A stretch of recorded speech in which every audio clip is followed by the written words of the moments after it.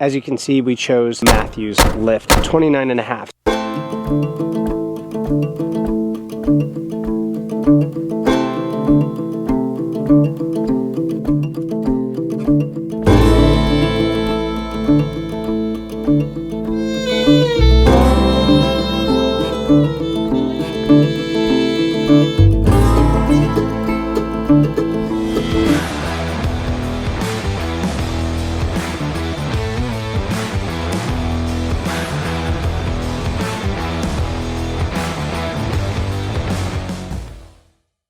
What's going on, everybody? Welcome back to another episode. The last episode, you guys saw me go shoot two new bows, the Hoyt Alpha X 30 and the Mathews Lift 29.5. As you can see, we chose the Mathews Lift 29.5. So this is the 2024 bow. I know all the 2025s just came out, but what I do typically to save a little money is get the year previous. I wasn't really in the process of buying a new bow, but I have a Prime Black Series 3 and I was going to get new strings because it's been 2 years and they give you new strings every 2 years for free. You just pay for basically them putting the strings on and stuff like that. So anyway, so I went to get the strings on my new bow or my old bow, and I wanted to shoot some of the new bows because I knew some of the newer ones came out and I knew these would be discounted a little bit. And I just wanted to try it out. I shot a couple. I did the Bowtech, I did the Hoyt, I did the Mathews, and kind of put the Bowtech out right away just because the vibration in that shot.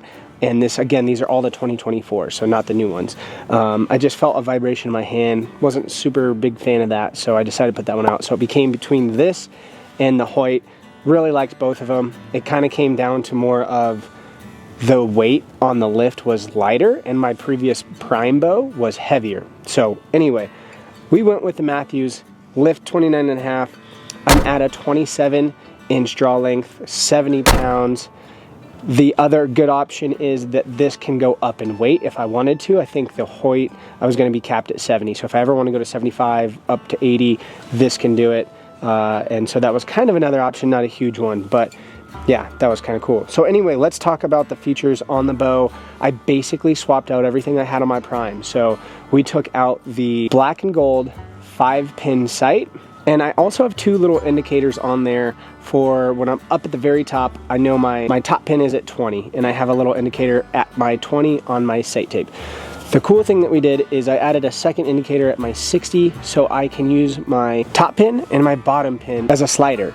So if I want to shoot exactly 25 yards, I could just slide my top pin down and make my indicator go down to 25 yards, and then I'm shooting my top pin at exactly 25. Or if I'm shooting 65 or 70, I can shoot my bottom pin and slide my bottom pin slider down to 70 or 65, whatever I'm shooting, and use my bottom pin. So I have kind of two slider pins that's pretty cool. I really like that option.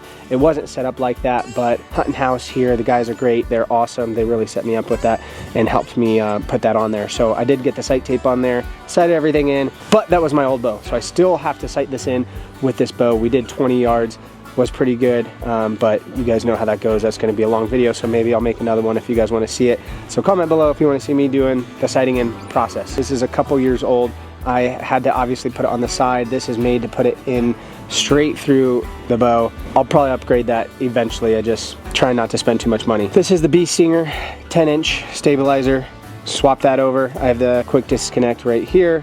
This is, again, just the wrist strap from Solo Hunter, the shop that we have here. And I've also got the Hamski rest up here. Really like that.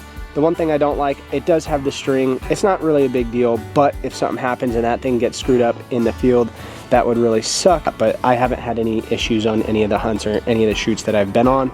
Other than that, that is pretty much it. I do have my quiver, which is the tight spot quiver. We flipped this to make it a little bit tighter, but it does kind of rest against this, so I don't know if I will switch that over or not. Eventually I'd like to get just a Mathews quiver that just makes it rest alongside of this a lot easier. The last little thing that we did was this little stand. It's awesome. It's cool. Instead of laying your bow down, you can just set it down, and that's, honestly, it sounds stupid, but that is pretty awesome, especially if you're at 3D shoots, your buddies are shooting, you don't want to be holding your bow. You could set it down, the cam doesn't touch the ground, and it literally barely adds any weight. Yes, it does add a little bit of kind of length onto the sides, but all you have to do is pull those in and then you can pop it off real quick if you need to. So really not a big deal. And for the convenience of just shooting every day in the garage or the backyard or whatever, a pretty easy option. And for the most part, what I know about the newer bows is the real big difference in this is being able to adjust the cams up on top right from the bow, which once this is kind of tuned, I don't think I'll really have to adjust that. So that's why I went with this old one. I did like the grip on this Mathews. It was a little bit wider, which made it feel a little easier for me to feel in my hand, and just, I don't know, I really liked everything about it. The look, the feel, the way it shoots, it feels really good. And again, going from my old bow, it was set up around 55 to 60. I think we had it at 60. And I think just over time, maybe the weight dropped. I don't know if the strings stretched or what it was. He was saying it was about 55 pound, which I thought it was actually quite a bit more. I thought I was at like 65, but it had dropped down. So this being at 70 is pretty awesome.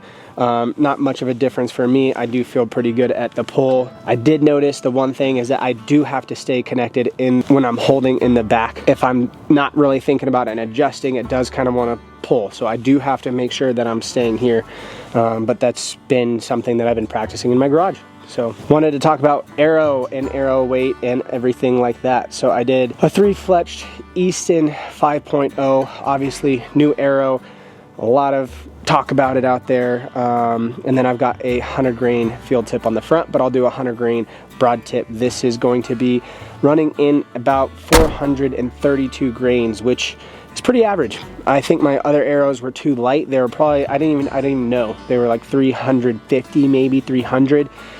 Good for deer, but not good for elk. And I'm hoping to draw an elk tag eventually. So I did see a lot of people posting about this and seeing some good reviews. So I just upgraded my arrows to the Easton 5.0. I like the orange and white fletchings on here, which are pretty cool. I do have orange on my D-loop, so that is kind of cool. I also continued to add my nose button on this as well. So nose button, same peep sight, and upgraded the arrows to the Easton 5.0 at 432 grains. I could easily up that to probably run like 460 if I did with 125 grain broadheads, but 432, I feel like that should be plenty, should be good for elk, and kind of keeps with some of the accuracy and less drop. So orange nocks on the end. Really pumped with this setup, really excited. I can't wait to shoot it more. Been shooting it in my garage quite a bit. I do need to go get the sight all sighted in and everything like that, but you guys know me, I'm super excited about this whole archery kind of journey. So again, let me know what you guys think of the setup. Let me know what you guys are shooting, maybe if you guys have any tips or anything like that. So thank you guys so much for watching. Got the new bow, time to go shoot. We'll see you in the next one.